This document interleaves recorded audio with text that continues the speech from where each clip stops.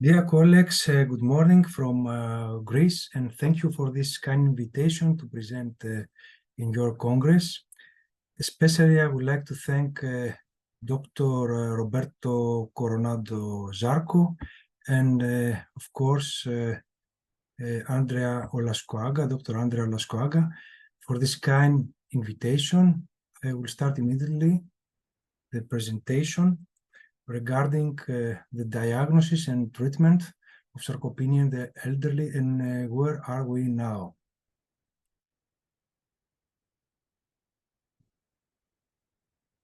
So back in 2018, I was invited in IF's Congress in Krakow to present sarcopenia in the elderly, and then I wrote an editorial regarding this issue. Since then, many things changed. I need to start with this slide showing that the yearly cost of sarcopenia, at least in the US, is very high and higher than the compared with the osteoporotic fractures due to survival, due to infections, due to hospitalization, and all these disabilities sarcopenia is causing. And why sarcopenia is important? Because as we can see here in this nice review and systematic meta-analysis from Charlotte Bodard, sarcopenia increases the mortality, and also sarcopenia leads to functional disability in subjects. So it's a very important issue, and the problem is that it's a work in progress. We needed to have a consensual definition of sarcopenia, and I will now present mostly European guidelines, data from the European Working Group on Sarcopenia. However, the history started in 1989 with this gentleman, Ivan Rosenberg, and since 1899, the first sarcopenia workshop, which was held by the National Institute of Aging in 1994, the definition of sarcopenia has continued to evolve.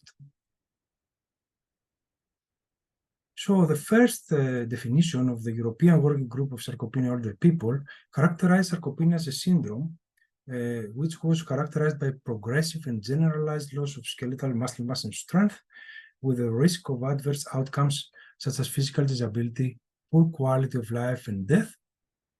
However, some years ago, in 2019, there was a revision of this definition. Sarcopenia was characterized as a disease, and something was changed in the criteria of this disease, because now we have low muscle strength, which is called the probable sarcopenia, the criterion 1. And if we have low muscle mass, which includes now quantity and quality of muscle mass, we can have an established diagnosis, can confirm the diagnosis. However, if we add to these two criteria the low physical performance, which means reduced functionality in rehabilitation science, of course, we have the severe sarcopenia. It's something I can say similar with osteoporosis, and you can see here is very clear that sarcopenia staging, it's reflecting the severity of the condition. It's a concept that can help guide clinical management for this condition. Of course, sarcopenia may be divided in primary, which is age-related, and secondary sarcopenia, for example, activity-related sarcopenia, from bed rest, sedentary lifestyle, deconditioning, or disease-related sarcopenia from advanced organ failure, malignancy, endocrine diseases, and nutrition-related sarcopenia, of course, due to malabsorption, drug-induced anorexia, and so on. Finally, 2016, sarcopenia received the ICD-10 code, which is M62.84, and that was a major step in recognizing sarcopenia as a disease, because this should lead to an increase in availability of diagnostic tools and the enthusiasm for pharmacological companies to develop some drugs. Now coming to some pathophysiological mechanism in sarcopenia, what is happening actually? Here's the effect of age on the motor unit in young muscle, aging muscle, sarcopenic muscle. And this drawing here on the right depicts the pronounced innervation of type 2 fibers and the recruitment of type 1 fibers into the surviving motor units in older subjects with impairment of recruitment in sarcopenic subjects. And you can see down here how much decreased is the cross-sectional area of the type 2 fiber, and some molecules like IGF-1 or growth hormone, which are reduced with aging. Some others, TNF-A and interleukin-6, are increased. Now coming to the measurements of sarcopenia, how we can measure sarcopenia, how can we assess muscle mass in sarcopenia?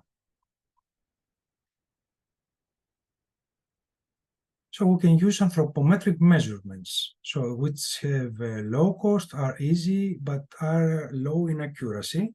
We can use some biological measurements, for example, creatine expression, which is complicated by explaining few words regarding these methods, which maybe will be used more in the future.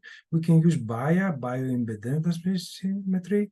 It is low cost, easy, has low accuracy. We can use imaging with MRI and CT, which can measure also muscle quality, which is very important, but has high cost, it's difficult to perform, and of course has radiation.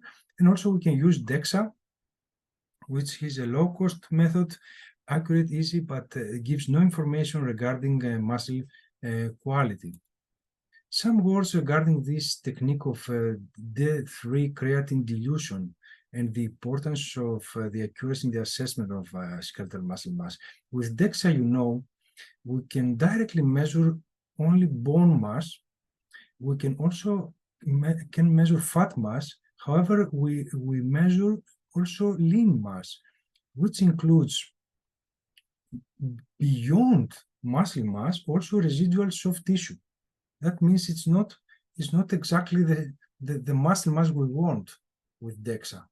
So this is not accurate. So an accurate method seems to be D3 creatine dilution method to estimate muscle mass, which involves participants here ingesting a 30 milligram dose of stable isotope labeled creatine with D3 creatine, and providing a fasting morning urine sample 72 to 144 hours, 3 to 6 days later, in which D3 creatinine, unlabeled creatinine, and creatine are measured using high-performance liquid chromatography and tandem mass spectroscopy.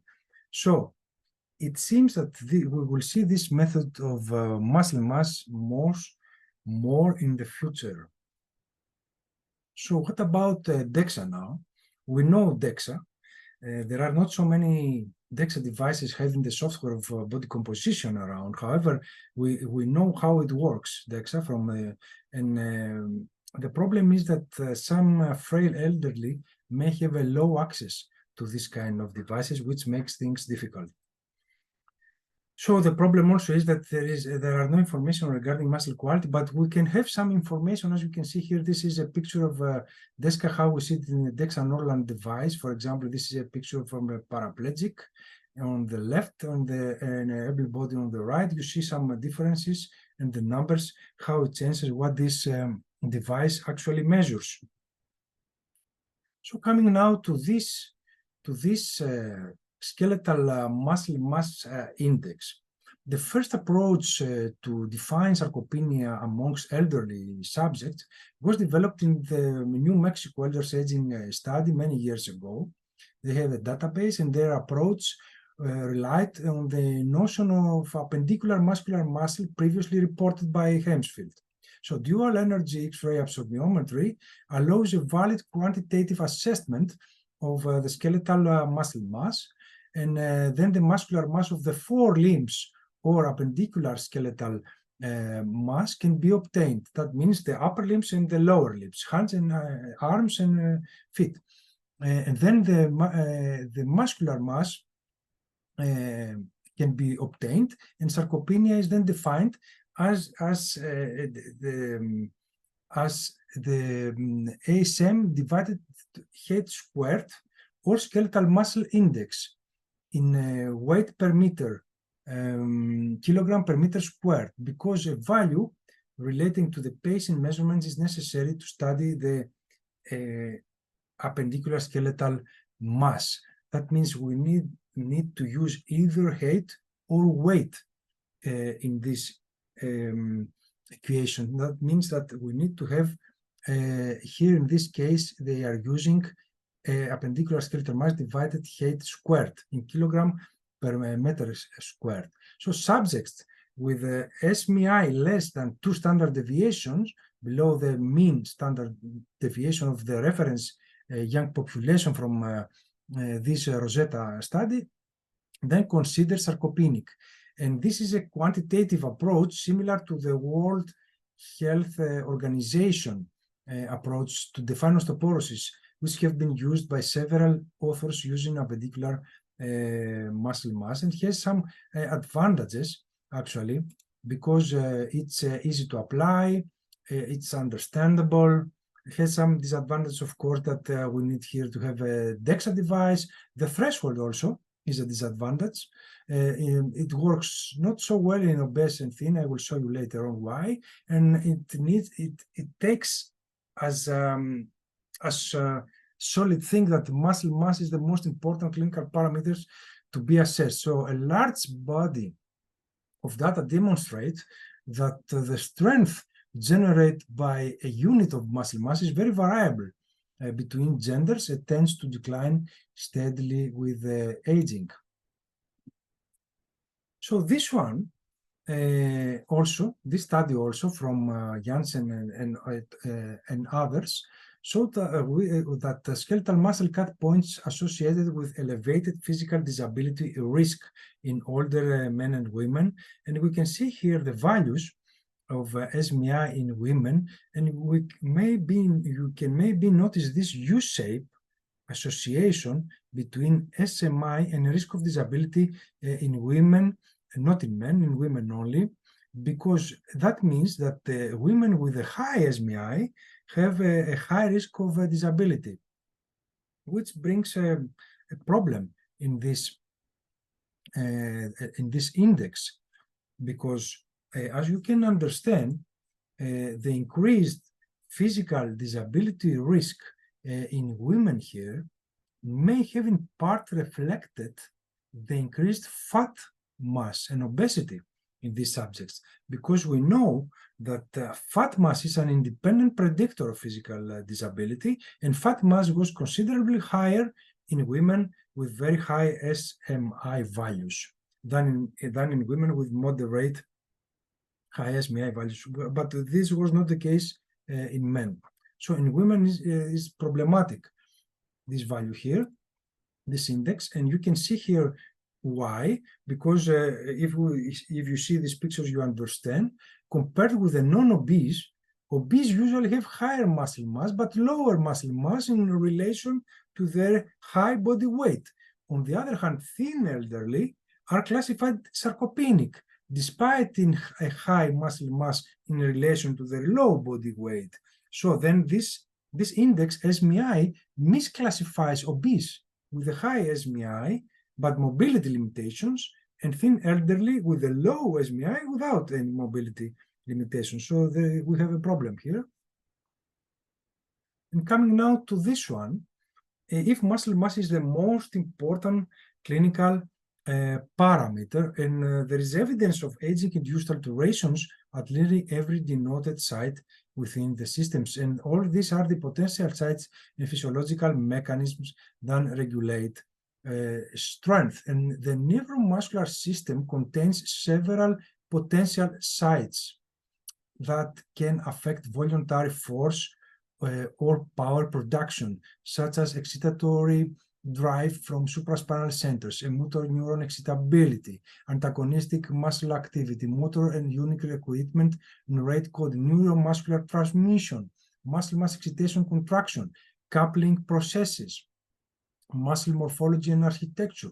There is evidence of aging-induced alterations, as I told you before, at nearly every denoted site, but not limited to the following. For example, we can have decreased cortical excitability. We have decreased spinal excitability, decreased maximal motor unit discharge rate, slow nerve conduction, alteration in muscle architecture, decreased muscle mass, increased myocellular lipid, and so on and so on, so many things. Coming now to the measurements of muscle strength in sarcopenia and physical performance. So the same amount of muscle mass can generate different level of strength. So muscle strength alone is probably not the best way of defining sarcopenia. The main effect of loss of muscle mass is the reduced muscle strength. Then another option to define sarcopenia is to assess muscle strength, such as the Greek strength, which can provide an estimation of global muscle strength or lower extremity physical performance, assessed, for instance, on leg press. This approach seems logical, as several authors have reported that muscle strength more than muscle mass was independently associated with physical performance. However, different factors may underlie and contribute in varying degree to the loss of muscle strength and loss of muscle mass. Moreover, loss of muscle quality, an important component of the definition of sarcopenia, supports an assessment of both muscle strength and muscle mass. So among measurements to assess muscle strength, it is necessary to emphasize the importance of hand grip strength. Even if the lower limbs are more relevant than the upper limbs in physical function and to march, the strength of isometric hand grip has been widely used. So measured under standard conditions with a well-studied model of dynamometer hand, it is closely correlated with the lower limb muscle power and with the area of the calf section. So grip strength, knee extensor strength, muscle power, what we need exactly for a tool? We need a tool which is more or less easy to be applicable in clinical practice, to be understandable, to be simple, like hand grip strength. Everybody can understand that we can use it with no device, with our own hands, but has also disadvantages, which actually is the best functional test, which is the threshold of the test. And this depending, this test on the motivation, on willpower, on pain. Is muscle strength divided by power the most important parameter.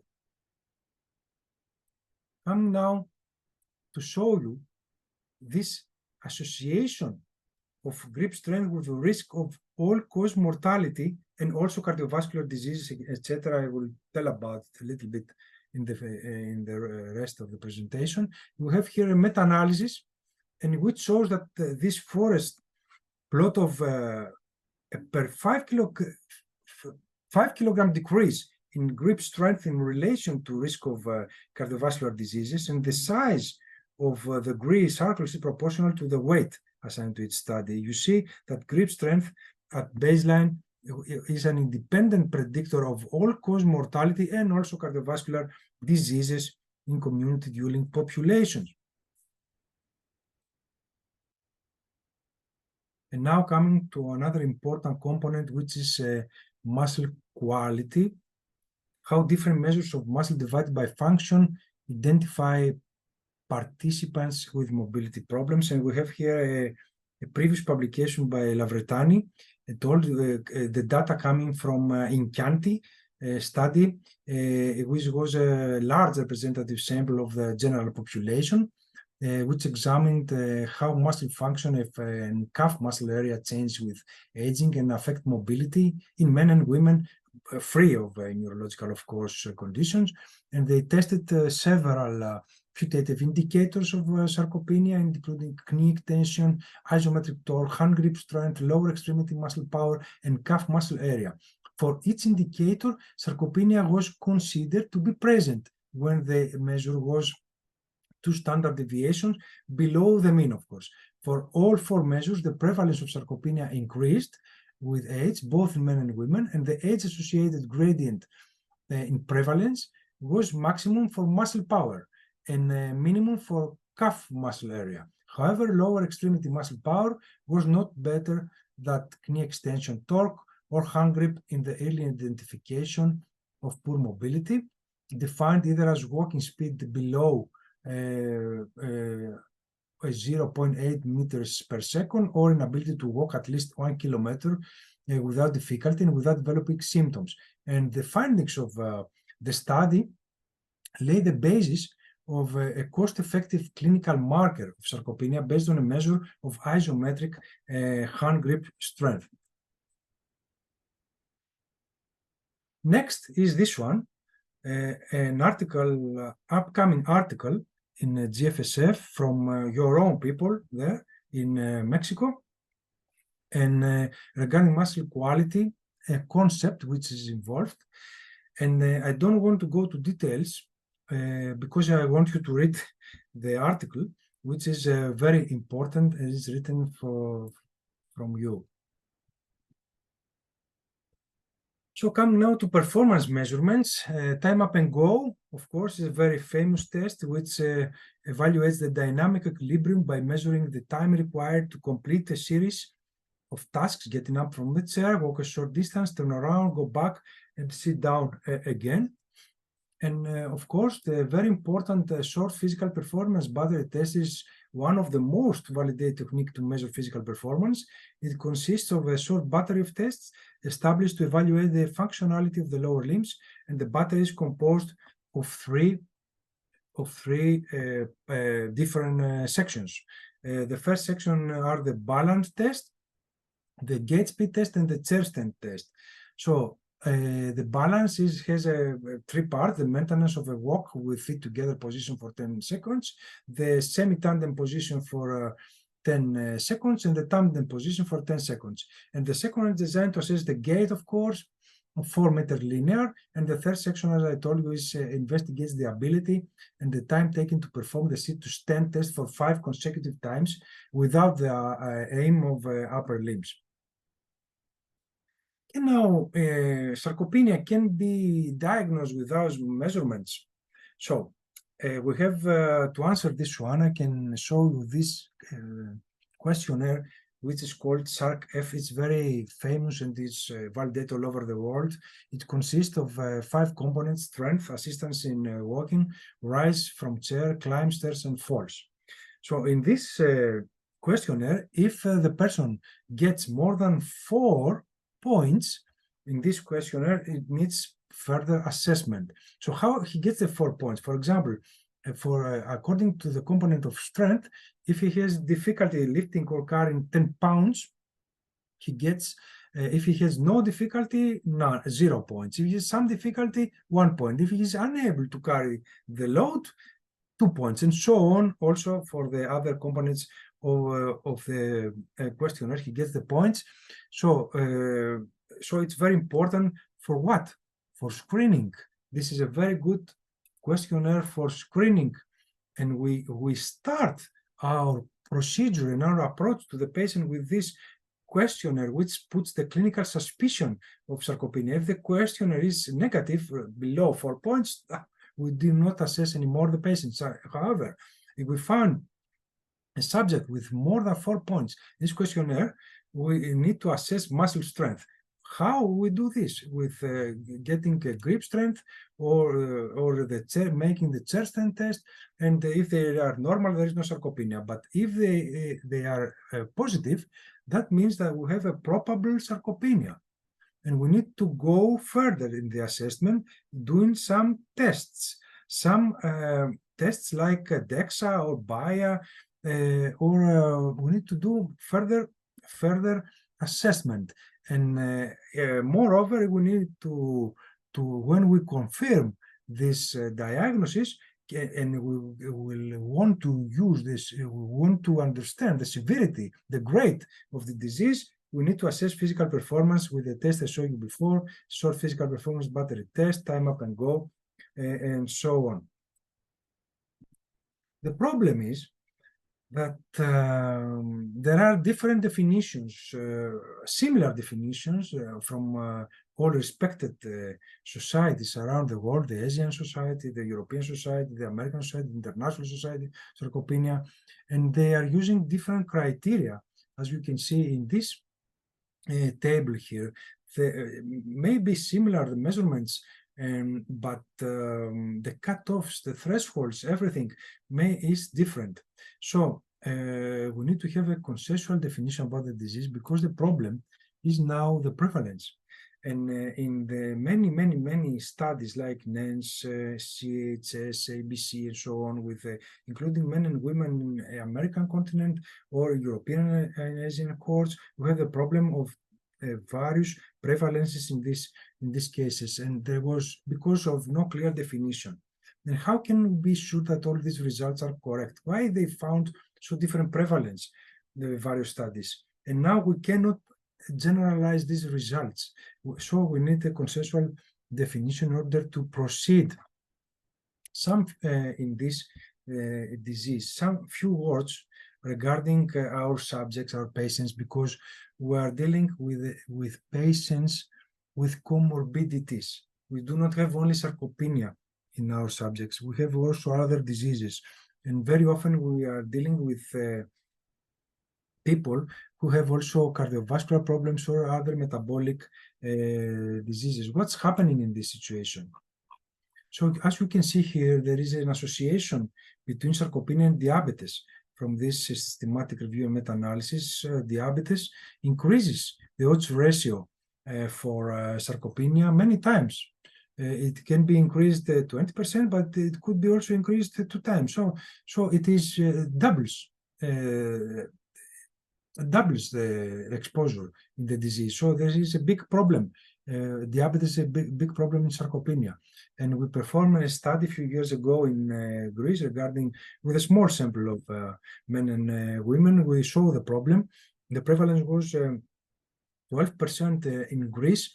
However, it was increased beyond 70 years. It was 40% in subjects with diabetes type 2. So it's a big problem, the presence of sarcopenia in people with diabetes.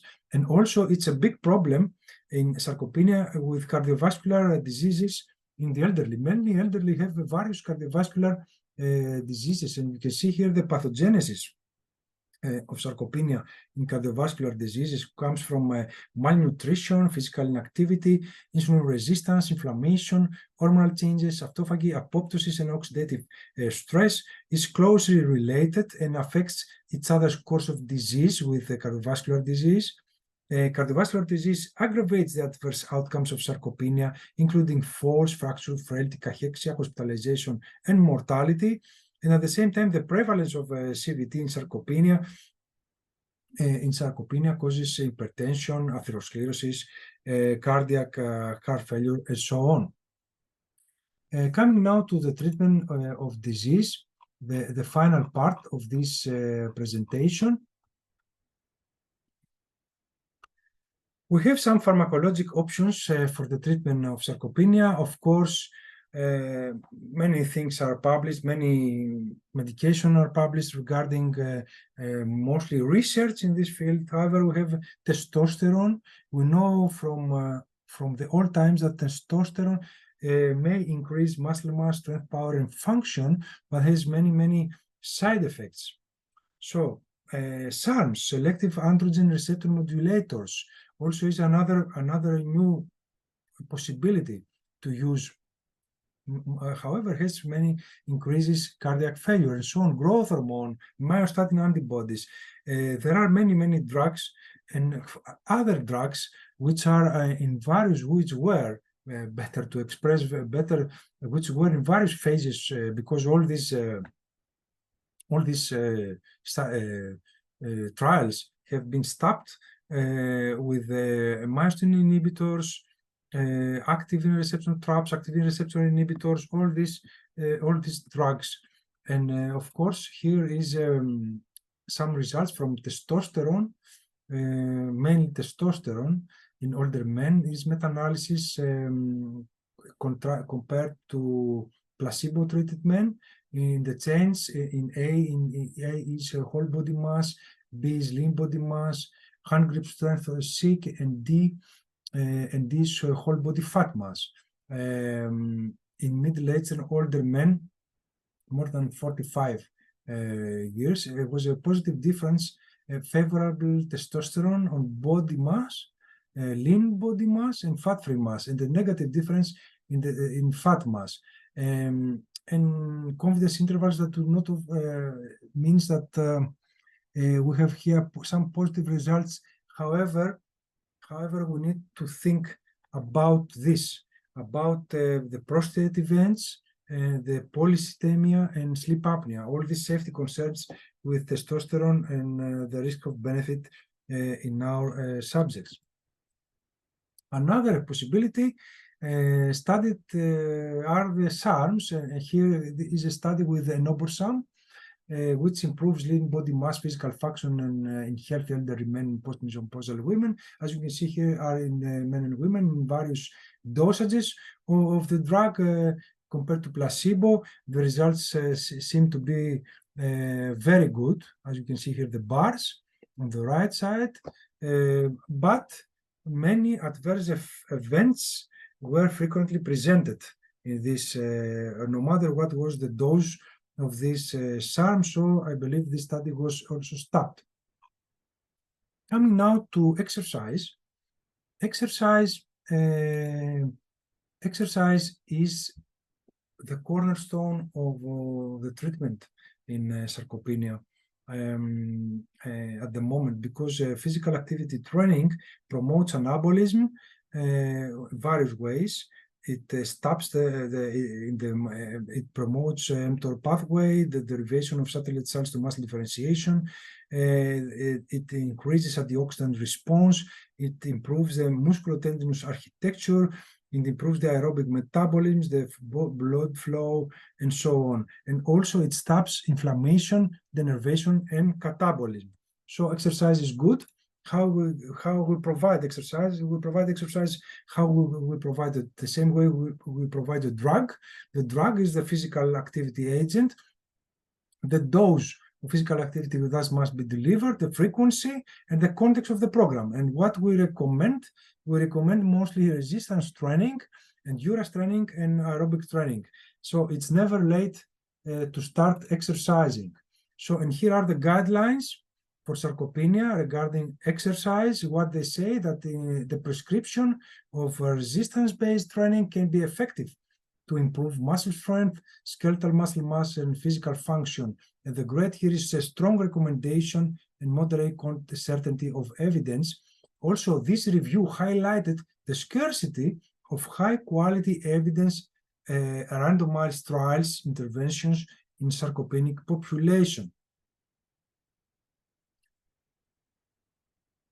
Coming now to this one, because I showed you before how sarcopenia is connected with diabetes, and it seems that also exercise in diabetic people not also can help towards sarcopenia, but also improved blood biochemical results and better conditions in muscle strength, of course, and physical performance, and of course quality of life in this particular trial. But also resistance training in heart failure patients. Who believe that? 20 years ago, I never advised a subject with heart failure to do resistance exercise. We mostly discussed and counseled about aerobics and so on. But now it looks here, the evidence is here, and looks that here's the functional capacity randomized trial versus control, and resistance training alone improves lower and upper extremity muscle strength, peak oxygen uptake, and 6 minutes walking distance without any detrimental effects on the left ventricular parameters when compared to the usual care or an aerobic training intervention, which is very important in these diseases. Coming now to the other part of the treatment, nutrition. Nutrition, of course, we have good excellent opinion papers from René Riccioli. We have workshops regarding nutrition.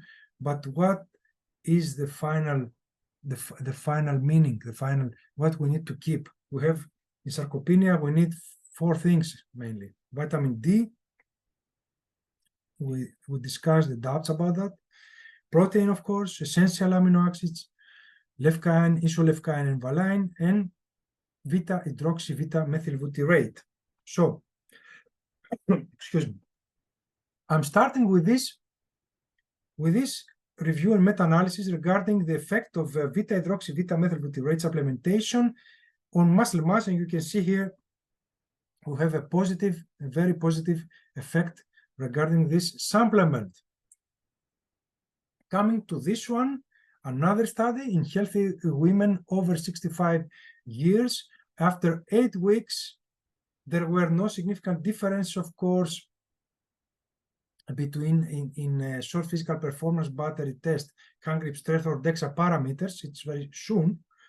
However, the group treated with the HMB scored significantly better for peak torque, as you can see here down in this one, in this graphic, for peak torque isometric strength, 6 meters walking test, hand grip endurance, and muscle density, assessed with PQCT, which is a very sensitive device, peripheral quantitative computed tomography. In conclusion, we can say that the nutritional supplement containing 1.5 grams of HMB for 8 weeks in healthy elderly women had no significant effects of course, on physical performance measured by SPPB, but did significantly improve several muscle strength and physical performance parameters. This study now is regarding lecithin-rich whey protein and vitamin D, and is the so-called PROVIDE study, an important study which showed what? There was a change in appendicular muscle mass from baseline to week 13 follow-up, and the p-value was here, as you can see, on the 0.05 almost, and we have here what?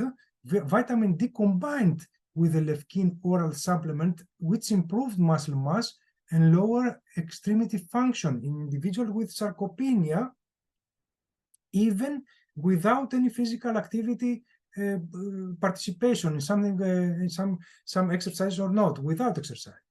So this study is not enough to determine whether vitamin D or the lecithin was responsible for this effect, or whether or vitamin D improves the effect of lecithin, or whether it is not responsible for the results. So it's a double study, but it's important because it has been done in sarcopenic subjects. And many years ago, in San Servol, I took the responsibility, without some other colleagues from abroad, as you can see here, we have colleagues from China, from Poland, from Czech Republic and Spain, to write this opinion paper, a report that was a report of the International Sarcopenia Initiative, and we concluded that some nutritional interventions like essential amino acid, I repeat, lecithin, isoleucine, and valine, 2.5 grams of lecithin, HMB, and increasing protein intake to 1.2 grams per kilogram per day may improve muscle parameters. That was the result of this paper. And I'm coming now to this one, micronutrients, and I remember always a very nice presentation from Francisco Landi from Sacred Heart in Rome, in Italy, regarding these micronutrients. Very inspired. If you find these papers or the talk, you should read it. So carotenoids are supposed to modulate redox-sensitive transcription factors, such as NFKB, that stimulate inflammatory cytosine production, and therefore carotenoids may protect from the inflammatory mechanisms that originate sarcopenia. A diet rich in fruits and vegetables could prevent sarcopenia, although critical trials are needed to test this hypothesis. Consider a key factor for healthy aging. The Mediterranean diet contains large proportions of vegetables. fruits, and fish that contribute with micronutrients such as vitamins, oligoelements, and polyunsaturated fatty acids. And all the older adults with higher adherence to a Mediterranean diet showed lower decline in physical performance tests after 9 years of follow-up and lower risk of incident mobility disability. A diet poor in omega-3 and rich in omega-6 is pro-inflammatory and may harm skeletal muscle and other tissues. It is another important information regarding these micronutrients. And now I'm passing in another very important problem, which is the anabolic resistance of muscle protein synthesis with aging. You see, if they receive a protein meal, they have many problems to absorb it because of reduced digestion and absorption, reduced anabolic signaling proteins, reduced muscle intake of dietary amino acids, and so on. And as you can see here on the right side, they need double quantity of protein to start proteinosynthesis compared to young subjects, which is a very important problem. It's a very important problem in this population. They need double.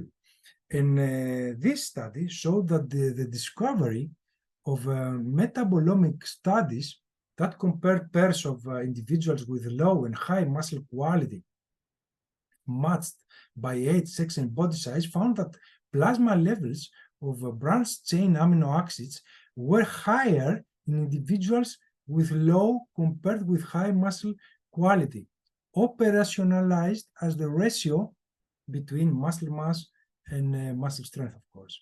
And the scarcity of branched chain amino acids within myofibers has important consequences in myofibers.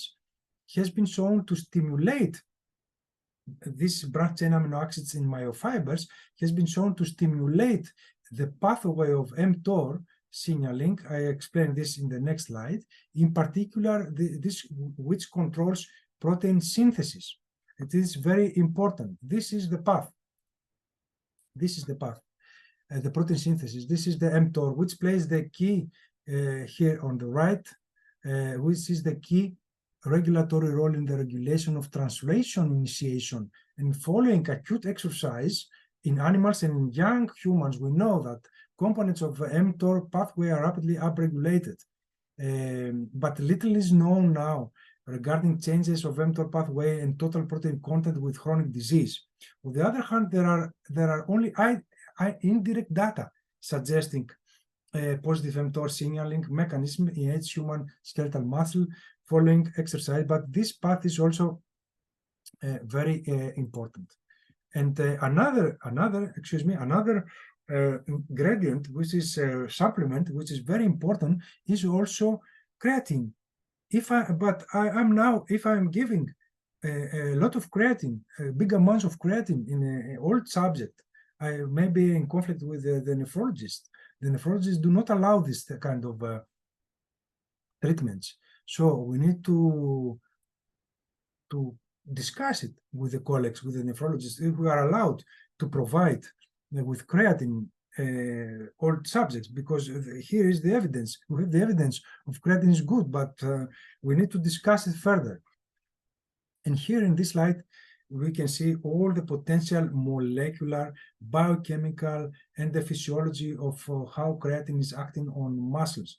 So the dietary creatine can be transported within the muscle and increasing the amount of creatine in the muscle. The increased amount of creatine leads to extracellular absorption of water by osmosis and so on. Increased muscle creatine activates myogenic regulatory factors that promote differentiation, activation, satellite cells which promote synthesis. Also, creatine activates known anabolic factors like, for example, IGF-1.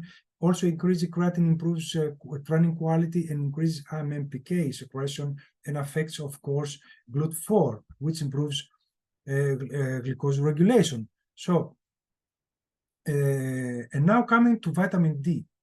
Vitamin D was supposed to help here.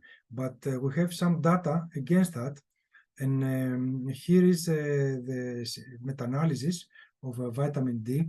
And there are no gold guidelines regarding the dosage of vitamin D in prevention of treatment of sarcopenia. However, in recommendations, they recommend to provide vitamin D in all sarcopenic subjects, and that all sarcopenic subjects may raise their vitamin levels above 100 nanomoles per liter, and either vitamin D 2 or 3 is acceptable, and they were talking about safe doses with 50,000 of international units of vitamin D. So we can use it. However, when you can see here, this in guidelines at the end, there is no recommendation, because it says that there is insufficient evidence to determine whether vitamin D supplementation itself is effective. Of course, there are some evidence for protein, and also for good evidence for exercise, I told you before. But for protein, the problem is that there is the only conditional recommendations, which are coming from some good studies in the field. And to finish, I need to summarize all these practice guidelines for older people with sarcopenia. I told you regarding the screening, we discussed it extensively. The diagnosis, of course, physical activity has a strong recommendation. Protein has now a conditional recommendation. Vitamin D, there is insufficient evidence for the provision of vitamin D. The same is for anabolic hormones and pharmacologic intervention. And finally, to summarize, we need an operational definition, a consensual definition that can be used for research and clinical practice. Is a disease characterized by progressive loss, sarcopenia of muscle mass and strength with a risk of adverse outcomes. Is a geriatric disease mainly, is prevalent, has multifactorial pathogenesis, a poor outcomes, and also is connected with other comorbidities like diabetes mellitus and cardiovascular diseases. And the current proposed certification, classification, and staging must be validated in future studies. And that was my last slide. And please, we will be very happy to receive your submissions in our journal of frailty, sarcopenia, and falls. You see here are my colleagues, Professor Emeritus Professor Lyritis, Professor Don Skelton, me, Yagadis Chetri from China, Ms. Rizu, and Part Lyritis, the editor. All we are expecting your submissions. It's a PubMed journal which will receive also an impact factor very soon. Very many thanks for this kind invitation in this Congress.